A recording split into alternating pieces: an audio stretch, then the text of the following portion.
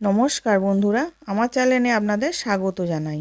আজকে আমি আপনাদের বানিয়ে দেখাবো নবরত্ন কোরমা। তার জন্য আমি কিছু সবজি আগে থেকে কেটে রেখে দিয়েছি। আর সবজিগুলো আমি ডুমো ডুমো করে কেটেছি। ক্যাপসিকাম, গাজর, বিনস, ফুলকপি, আলু, কড়াইশুঁটি, সুইট কর্ন। আর পনিরটাকেও কেটে রেখে দিয়েছি পিস পিস করে, আর কাজু কিশমিশ। এবার আমি কিছু মশলা করে নেব। চাল মগজ দিলাম 1 চামচ, আমন্ড বাদাম দিলাম 6টা 8টা, আর 1 চামচ পোস্ত।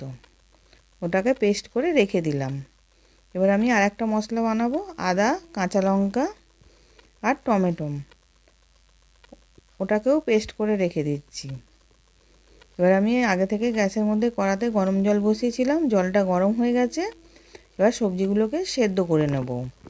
প্রথমে আমি গাজর আর আলুটাকে আগে সেদ্ধ করে নিচ্ছি, তারপরে ওর মধ্যে আর বাকি সবজিগুলোকে দিয়ে দিলাম।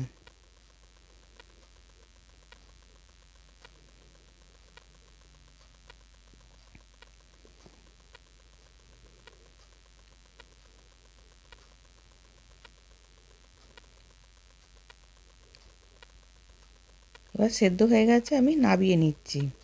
নিয়ে একটা বাটিতে ফ্রিজের জল রেখেছিলাম, ওই জলটার মধ্যে আমি ছেঁকে ডুবিয়ে দেব, যাতে বেশি সেদ্ধ না হয়ে যায়। এবার আমি ছেঁকে ওর মধ্যে রেখে দিলাম। এবার আমি পনিরটাকে ভেজে নিচ্ছি। কড়াতে তেল গরম করতে দিয়েছিলাম, তেলটা গরম হয়ে গেছে। এবার পনিরটা দিয়ে দিলাম, দিয়ে খুব বেশি লাল লাল করে ভাজবো না, হালকা করে ভেজে নিলাম। এবার ভাজা হয়ে গেছে, আমি তুলে নিচ্ছি। এবার ওই তেলের মধ্যেই কাজু আর কিশমিশটাকেও ভেজে নেব।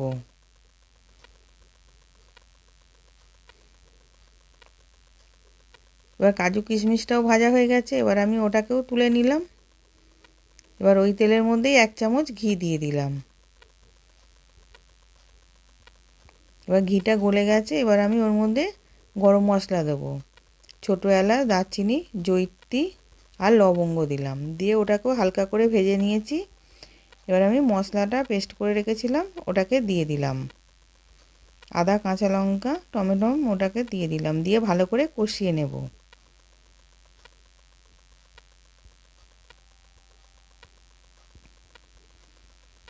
এবার ওটাও কষানো হয়ে গেছে, ওর মধ্যে ধনে গুঁড়ো আর জিরে গুঁড়ো দিয়ে দিচ্ছি। ওটা দিয়ে ভালো করে মিশিয়ে নিলাম।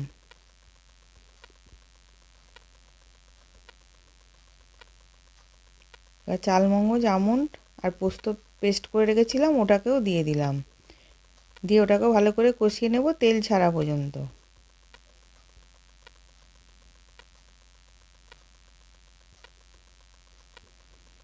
এবার ওটাও ভালো করে কষানো হয়ে গেছে।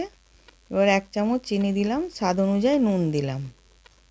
এবার ওর মধ্যে ক্যাপসিকামটাকে দিয়ে দিলাম, আর সব সবজিগুলোকেও দিয়ে দিলাম।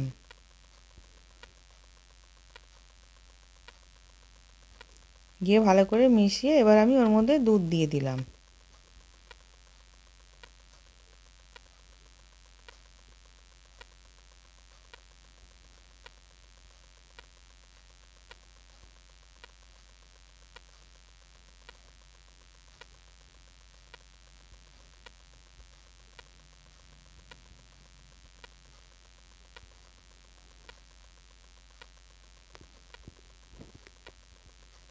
এবার ভালো মতন ফুটে গেছে। এবার ওর মধ্যে কাজু, কিশমিশ আর পনিরটা দিয়ে দিলাম, দিয়ে ওটাকেও ভালো করে মিশিয়ে নেব।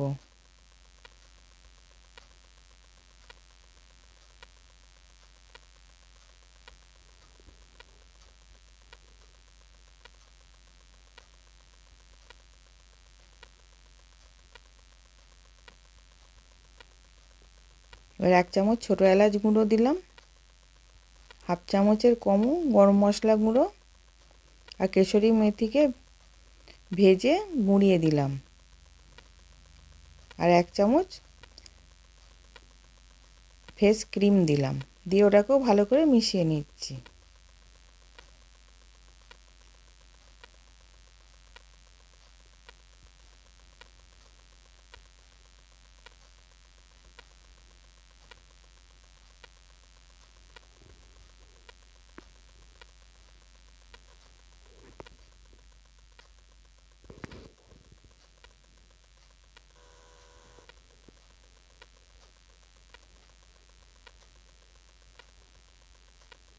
এবার ভালো মতন ফুটে গেছে, আমি নামিয়ে নিয়েছি। নতুন নতুন রেসিপি দেখতে লাইক দিয়ে ফলো করে রাখো। আশা করছি ভিডিওটা ভালো লেগেছে। আমি হাজির হব আর এক নতুন রেসিপির সাথে।